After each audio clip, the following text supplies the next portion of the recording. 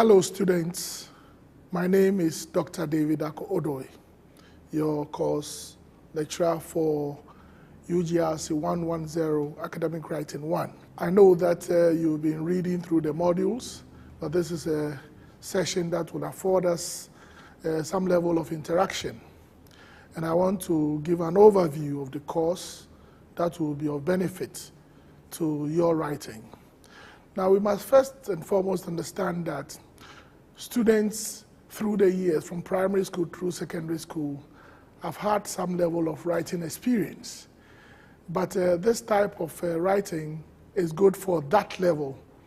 At the university level, you're expected to step up whatever you write as an academic.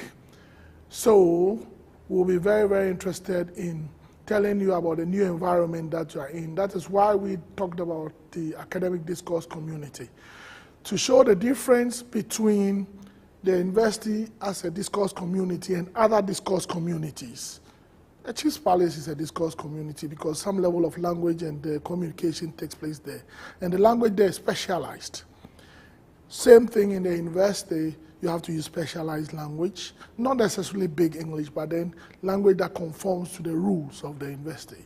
For instance, if you have to write an essay, it has to have a very clear introduction. The introduction should be elaborate.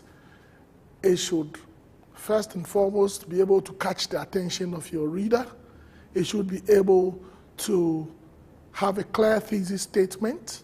It should be able to give a background or explanatory information to whoever your readership will be. Remember, you will not be there to tell the lecturer that this is what I mean or that is what I mean. So as much as possible, whatever you're going to write or write about, going to argue about or discuss, should be put on paper in form of the introduction. So right from the onset, the person who is going to read your work is programmed to understand this and that is what you're going to talk about. Academic writing is basically about an argument.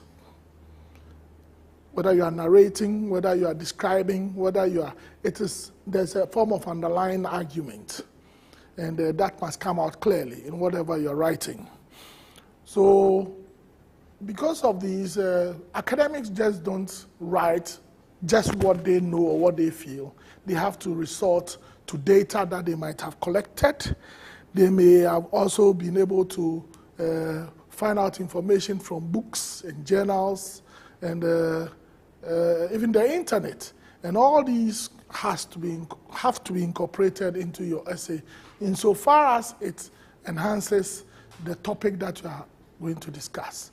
So in general, academic writing would deal with elaborate information that shows that you're a scholar in the making, your arguments are cogent, and you are able to come up with examples from other sources to be able to prove your point.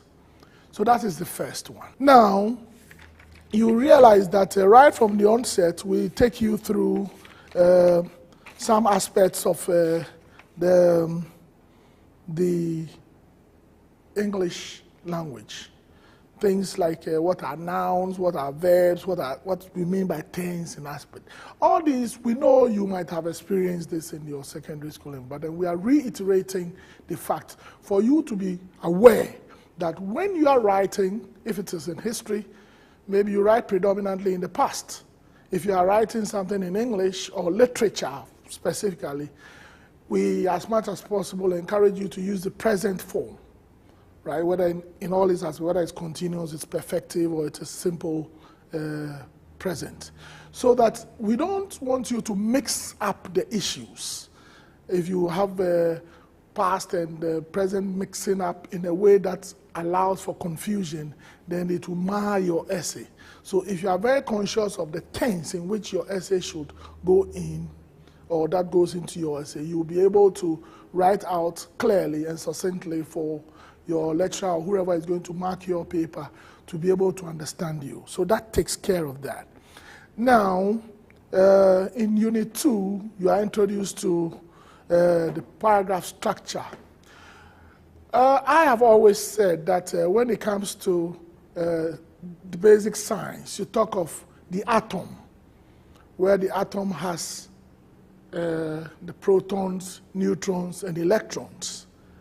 Same thing when it comes to academic writing. I call it an equivalent.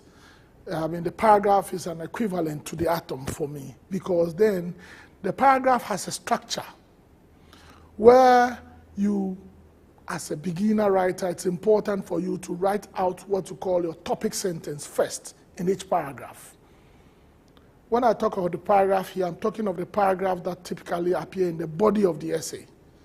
I mean, the introduction and the conclusion are special paragraphs, but then mainly the body paragraphs are what I'm talking about here. You have a clear topic sentence that takes its source from your thesis statement in the introduction. Now, this topic sentence, like if we say Sundiata Keita was a very important and innovative ruler of Mali. That is your topic sentence. You should go ahead to tell us what are some of the innovative things that he did in the paragraph to show that he's really an innovative character. All right? So again, if we say, for instance, that Accra is a very busy city, you should be able to tell us about perhaps the transport system where people are going to and fro, the shops being busy, people up and about, showing that there is busyness in Accra. That will add up to what you call it, the supporting sentences.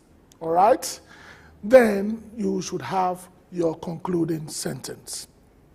So as much as possible, each of you should be able to make each body paragraph count in terms of a clear topic sentence, supporting sentences, and a concluding sentence. Right. And that will make your essay to be able to develop only one issue. All right? That is very important. Now, each essay should have each paragraph should have certain characteristics. Unity, completeness, and coherence. When we talk of unity, we are talking about everything that is related to the topic sentence in terms of how related the information is.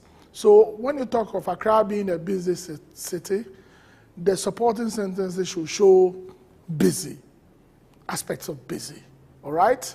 Now, we also have to have what is called completeness. Completeness refers to situations where you are able to talk about the topic sentence so much that there may be nothing again to talk about. You have exhausted everything related to the topic sentence, all right? Then the concluding sentence or summary sentence will wrap up what you have been. It reiterates the issues related to the topic sentence. Then you do that, all right? Now, we also have different types of paragraphs. But you shouldn't be too worried about these things. From the examples in your module, you know that you have such a paragraphs like the illustrative paragraphs, process analysis, paragraph definitions, compare and contrast, cause and effect, and some others. What is most important here is what we call dominance. If, for instance, you are writing about the way the University of Ghana girls dress, you may describe it that maybe they wear skimpy clothes and they show cleavage. I'm sorry, but that's. But at the end of it all, you could also argue that this does not constitute levels of prostitution, but rather these girls are fashionable. So then you've described the mode of dressing and you've added some level of argument. So dominantly, you'll be having a descriptive paragraph, but you've laced it with some level of argument. And it goes for the others. If you talk of a process, you are talking a step-by-step situation where, if, for instance, you want to teach us how to prepare groundnut soup, you have to tell us about how to steam your meat, add your condiments, and then make sure that the meat is put on fire. You sieve the groundnut paste that you have previously warmed up, and so on and so forth. Add your tomatoes. You have to tell us the steps. But then you may also want to give some levels of illustrations of various types of groundnut soup if it is possible, all right? But then if you relate it to the academic world, then you may want to do some few other things like how to write a thesis. You may first want to get a topic. You may want to read about a topic and gather information about what other people have said about that topic. You would want to have an initial draft of the information that you have gathered and then see where there are gaps. And then you want to fill in the gaps and then maybe do a second draft. And then you may want to show that second draft to a friend or the lecturer who has put you to work, and for him to give you some level of guidance. Then you may next want to edit the work, and finally you want to write out the paper once again, so that there are ways of going about writing a thesis. That will constitute a process, all right? So the academic essay, I've already alluded to that. The academic essay basically puts some restrictions on you. You must have a clear introduction that should have a thesis statement, explanatory information, and so on and so forth. Then you should have body paragraphs that take their topic sentences from the thesis statement, and then you elaborate on that in terms of supporting sentences. This is the situation where, if possible, you want to incorporate information from other sources into your essay, and then acknowledge it to avoid what is called plagiarism.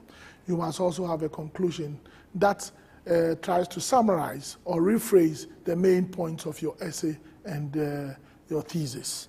Now, I also want to quickly touch on incorporating and documenting sources in an academic paper. Well, for the University of Ghana, the most popular formats used here are the APA method and then the MLA method, that is the American Psychological Association method, and the Modern Language Association method.